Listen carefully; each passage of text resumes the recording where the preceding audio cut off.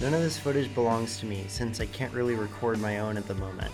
Don't worry though, because I've linked to the original footage in as many places as possible. Also, this video is intended for people who have played the story mode of Splatoon 2. As such, this video will be full of spoilers, plus it probably won't make much sense if you don't know what I'm talking about anyway. Point is, watch at your own risk.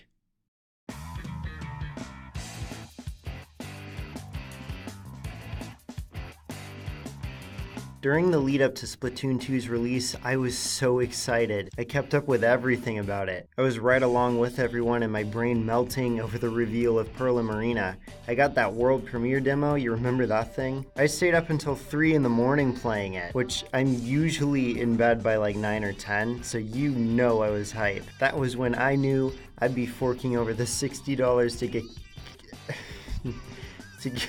to get covered in to get covered in ink. But you know what got me really super uber several other adjective levels of excited? The changes to the story mode. To be honest, the first Splatoon story mode was very much the first game's story mode. Everybody knew it. It showed up, had its fun levels, had interesting characters and some fun dialogue, and had some pretty fascinating secret lore. But at the end of the day, it's a typical Nintendo hero's journey about a squid kid completing levels to collect MacGuffin fish. Fans were going to want more out of a future game's story mode, and it seemed like addressing that was what the devs were going for.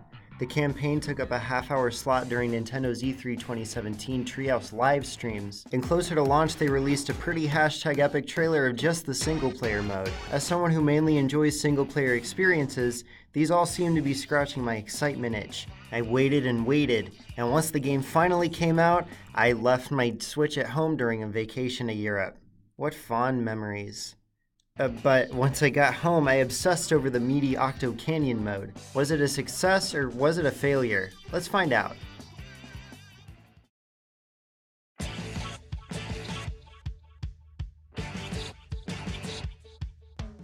Before any of the gameplay is available, the players dumped into a tutorial stage where they're forced to aim, shoot, and then swim through the ink.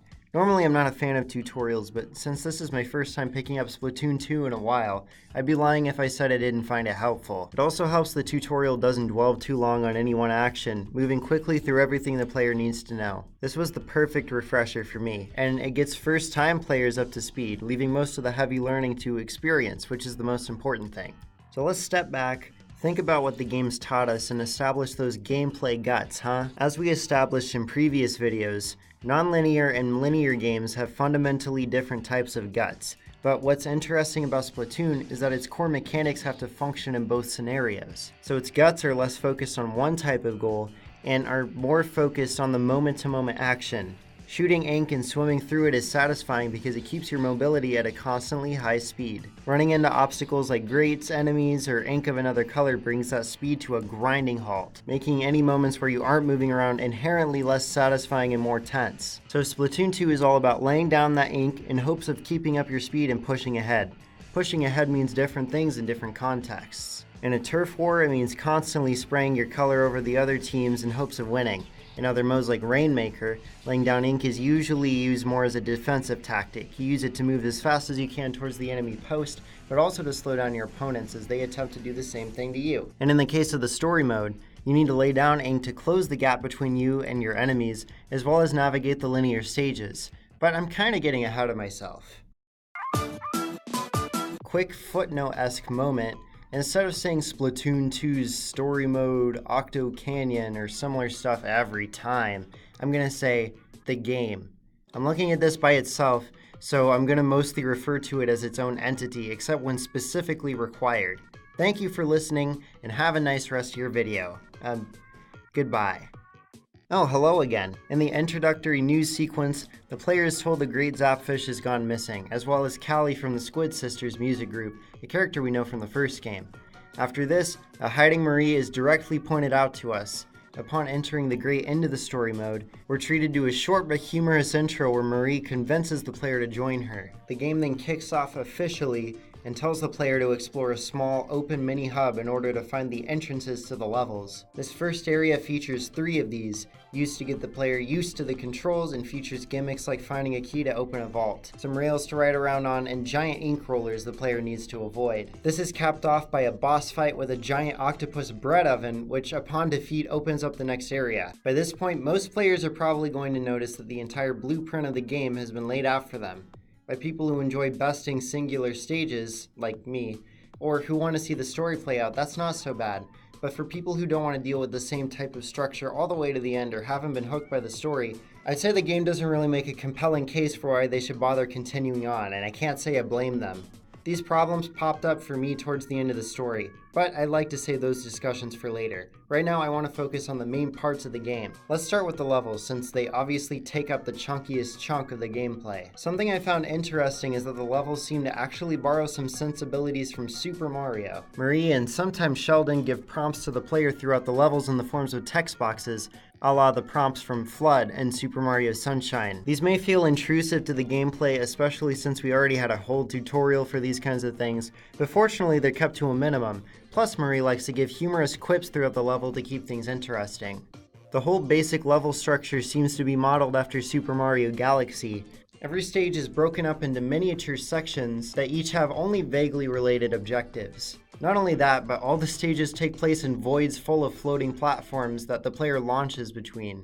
I'm not saying either of these things to bash Splatoon or say it's unoriginal or something. I just think it's interesting to point out. Really, the gameplay and tone of Splatoon is so detached from anything Mario that any similarities are almost irrelevant. But if the team did take inspiration from Mario, I don't think anybody would be upset anyway, so who cares? As far as the multiple small objectives placed in each stage, it's okay that they aren't quite connected. With mandatory weapons being forced on the player in almost every level, the challenges only have to be built around what that weapon is best at. Something I absolutely despise is that each level that grants you a new weapon has a 30-second intro where Sheldon flies the weapon in, begs you for data, and explains how the weapon works when you could be getting a move on. After each one of these stages, Sheldon states the same dialogue as every other time about collecting data. I know he's supposed to be an overly talkative dork as his character bit, but when he actively prevents me from playing for an obnoxious amount of time, he just becomes less of a likable nerd and more of just an actual nerd. I didn't get this game to be reminded of how other people see me. The weapons themselves are sort of a mixed bag. My favorite weapons are the ones that allow me to lay down ink quickly, and these stages usually focus more on straightforward action. The Hero Shot is a basic gun, but it's fun to use. The dualies are especially fun to mow down foes with, since the addition of a dodge roll allows you to pull off some risky moves to go for the kill. The paint bucket was fun to splash towards enemies and cover large surface areas with. My personal favorite is the ink brush. I've never been good at aiming in games, so any weapon that allows me to get up in an enemy's grill is instantly my favorite. It really sucks that it's one of the last 2 weapons to get unlocked, because that means it only has 1 proper level. Each of the other weapons get at least 2, including the more annoying ones. Segway, the roller, charger, blaster, splatbrella, and heavy splatling all move at a slower pace than the other weapons. This may be by nature, and obviously everyone will have their preference, but I just didn't have very much fun with them. The roller's built to cover ground quickly, so I never once felt confident in slapping baddies with it. The charger, heavy splatling, and splatbrella can definitely lay the smackdown on enemies, but due to their slower nature tend to have more puzzle-focused levels. That might not sound so bad, but it really feels like some of these puzzles take an obnoxious amount of time to solve and complete, making these some of the longest stages in the game. In a game about short bursts of fast-paced action, I'd argue these are also the least enjoyable. To give the player some extra combat utility, the Inklings also have bombs they can lob. They take up a large amount of ink, which is to be expected. They shouldn't be a spammable item because then most players would abuse them in an attempt to not have to deal with any enemies. Spread throughout some levels are also various canisters containing special attacks. Although they're definitely huge and impressive looking, the game never presents a scenario that teaches the best strategy for unleashing any of these attacks. There are multiple sections that use the Tenta missiles or the ink rain to hit enemies ahead that are over in a matter of seconds.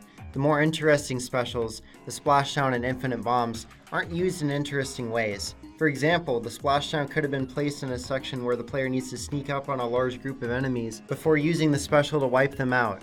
Me asking for a more slow-paced stealth section may seem to be the opposite of what I said about the puzzle-based sections earlier. However, stealth has a lot of potential for going wrong, or being a short enough section to reward the player's skill quickly. Both of these fulfill the game's action-based thesis. For me, it's the difference between a slower-paced stage segment and an entire slower-paced stage. It's not like the enemies do much to stop you anyways. Unlike your Inkling, each enemy only has one attack. I mean, they sure can lay the hurt on you, especially when they're packed in numbers, but they never seem to be able to take you out. At the very least, the basic Octarian enemies look as disgusting and wiggly as I imagine they would, which can be accredited to Splatoon's incredible character design. With how gross they look, taking them out is really enjoyable. The most memorable enemies are the Octolings. These humanoid octopi are designed to simulate other player characters. Since Splatoon is mainly designed to be an online shooter, the single-player hero mode is made to accustom players to how to play. This can mostly be seen with how they test movement mechanics, give different guns so the player can figure out their main, and it can be especially seen in the Octoling missions. Octolings move around quickly, swim in ink, use a variety of weapons, and have a respawn point, much like a real team would. All of these stages take place on actual multiplayer maps as well. This one looks like Humpback Pump Track, for example. I'd hesitate to say this is a failure. In fact, it almost works because the Octolings can actually kill you. However, if a player actually enters multiplayer,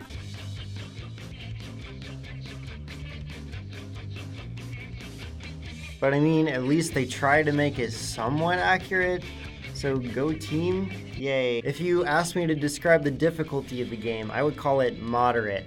Once you adjust to whichever new weapon you have to use, most of the stages can be completed with some effort. And that's not bad at all. Heck, I'd say it scales pretty well without being too noticeable, and the levels actually get pretty hard towards the end. Obviously, how difficult the mode feels depends on each player's skill level and preference, but for me it hit the spot. But for sure, the highlights are the boss fights. All of them are so bizarre in concept and design, I'll definitely never be forgetting any of them anytime soon. All of them actually put up a fight too. Never felt like I was overpowering any of them. It felt like a true match of wits every time. All the boss fights feel like the culmination of your skills with each weapon. The Octo Oven is the one exception to this, but that can be forgiven as it's just using the hero shot.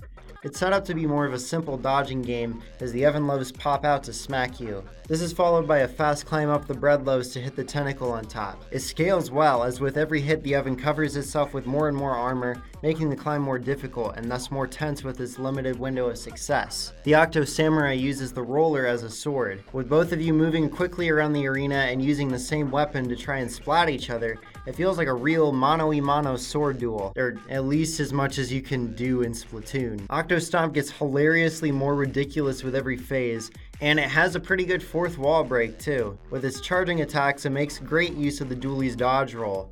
The Octo Shower is a tense battle where you have to snipe its carriers out of the air. It constantly shifts around and fires missiles and showers ink down on you, forcing you to keep moving to get close without dying. And of course, the final boss is absolutely fantastic, for reasons I won't get into yet. And on top of this incredible design, there's the even better boss track to back it up.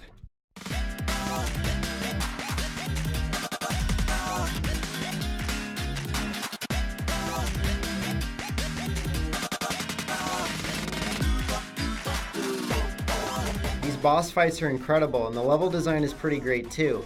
But even better is that each of these stages allows you to return with any weapon you want. While some of these self-imposed challenges may be ridiculous and unfair, they're self-imposed. So, you're just doing them to see if you can. I think that's a powerful tool to give a player, even if sometimes it crosses a line. Overall though, I think the levels are pretty solid. They have lots of variety, and most of the time this is an upside. Sometimes it can dip into uncharacteristic design techniques that involve slowing down your movement to a crawl. So while the level designs themselves are totally fine, sometimes the actions they require of the player is the opposite of Splatoon's strengths.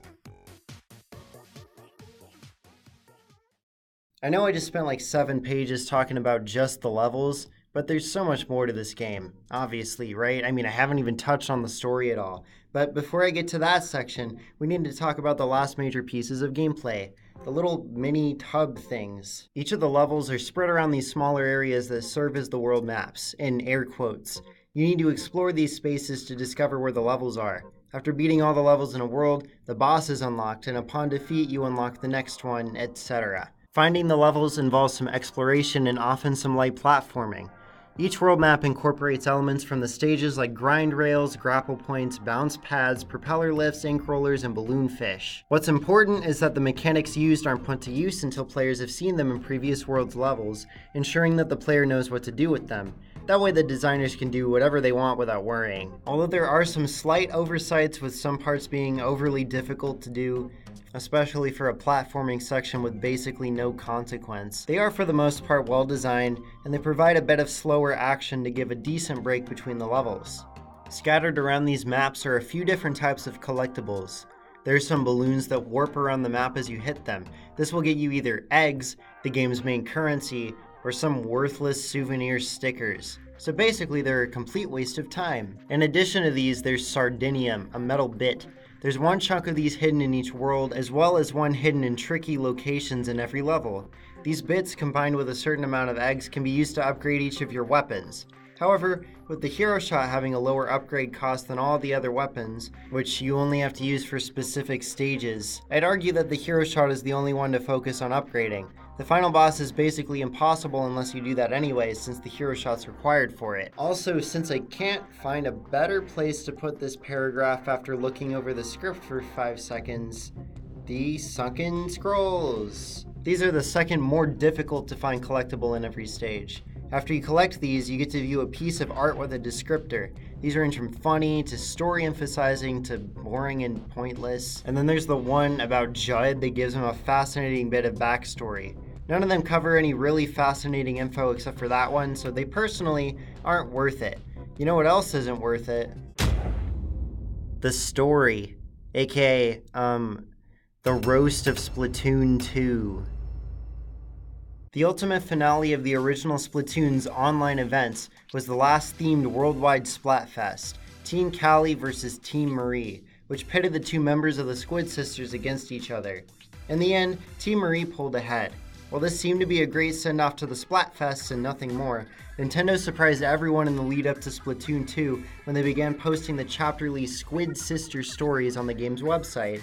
Whew, that was a long one. These were updated regularly and filled the story chasm between that last event and the beginning of the story of Splatoon 2. After the Squid Sisters got an insane amount of popularity, they each became more busy as celebrities. There never seemed to be any animosity between them, but their busy lives caused them to drift apart. With Marie feeling guilty about this, she started actively reaching out to Callie, but after their friendship started getting caught up, finally, Callie never showed up to her reunion visit at a country farm. Sensing something to be afoot, Marie got ready to search for her and began looking for an inkling to recruit. This is where the story presented in-game begins. This seemed to imply a story that would be full of more drama and emotional growth for the characters, or have some funny banter between the Squid Sisters at the very least. So imagine my and many other players' disappointment when Callie didn't really show up until the final stretch of the mode, and it turned out the reason she went missing was because the Octarians hypnotized her onto their side. There's barely any lead up to this either. I know that's a big claim, so I'm going to go over the major story beats in this mode and explore how they lead to some unsatisfying storytelling in a segment I like to call Going Over the Major Story Beats of This Mode to explore how they lead to some unsatisfying storytelling. At the very start, we get told about the missing Zapfish and the disappearance of Callie from Inkopolis News. Although technically covering information we should already know, it's more than possible some players didn't read the Squid Sisters stories, so it's good we have some way to convey this in-game. After this, there's that first cutscene where Marie recruits us to search for the Zapfish.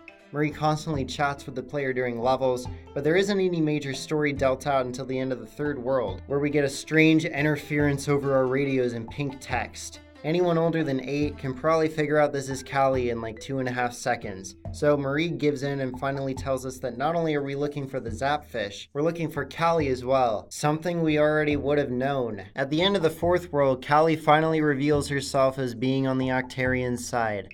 With all this repetitive, kind of short, glossed over build-up, the only kind of satisfying twist would be that Callie was convinced to join the Octarians of her own volition by DJ Octavio. Instead, she's just been hypnotized, and there doesn't seem to be any strategy at all to doing this. Callie doesn't fight to stop the player's progress at any point. She isn't being used as bait for a trap. She doesn't seem to be doing anything. The Octarians only sample her vocals in new music. Admittedly, it is catchy as hey hey.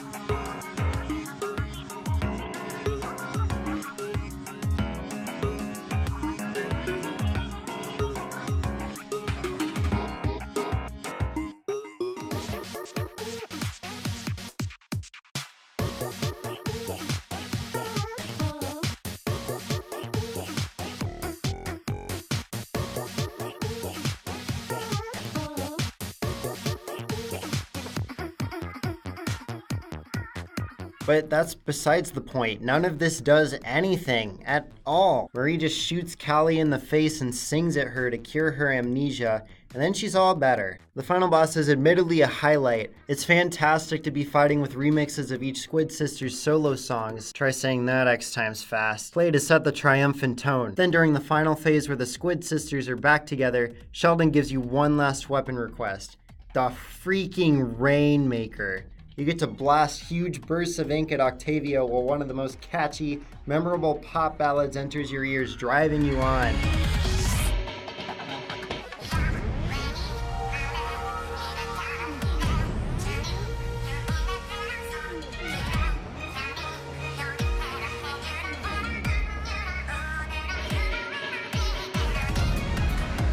While this is a really good note to end on, the majority of the story is still disappointing. Like I said, one of the biggest things they could do to fix it would be to establish Callie early on as an active threat to stopping your progress. Maybe ever summon the bosses to attack you, then leave it ambiguous to why she joined the opposing side. Marie also needs to show some more sadness, come on! In the current version of the story, she barely talks about missing Callie at all. We need more of that. Having Callie be more a part of the story could lead to some more banter between the two, not only giving us more funny scenes, but also having some good struggling relationship drama be incorporated, with the two obviously finally getting back together to stop DJ Octavio.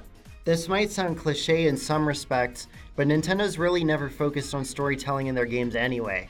Call me arrogant, but I feel like my version of the story would at least be more compelling than what we got, especially considering they seem to be building up to something like it. At least the closing bits are creative and give a good sense of finality. When you land the last blow on Octavio, we get bounced to a fake title screen and a humorous epilogue edition of the news where they reveal everything to be back to normal. This is a sweet note to end the story on, and the credits are super cute too, playing the Squid Sisters' new hit single, Fresh Start.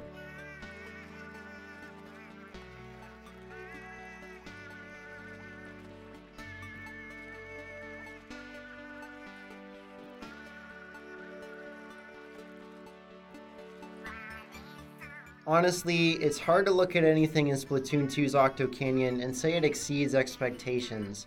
It's competent in a lot of ways, though. The level design rarely ever disappoints, even if some levels go on for too long. It presents a lot of fun scenarios, and all the worlds are capped off with a satisfying boss fight.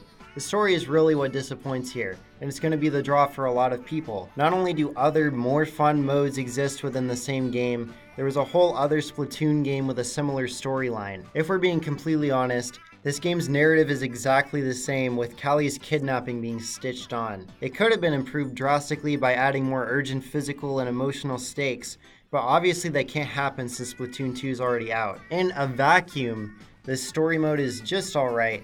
Compared to the other modes in Splatoon 2, it's more than a little bit underwhelming. And as a sequel, oh boy, is it uncreative and disappointing. In part 2 of this, well, only 2-part video series, I guess, I'll be checking out the creepy alleyways and entering the Octo expansion. Hopefully I'll see you then. Have a fantastic day. Bye!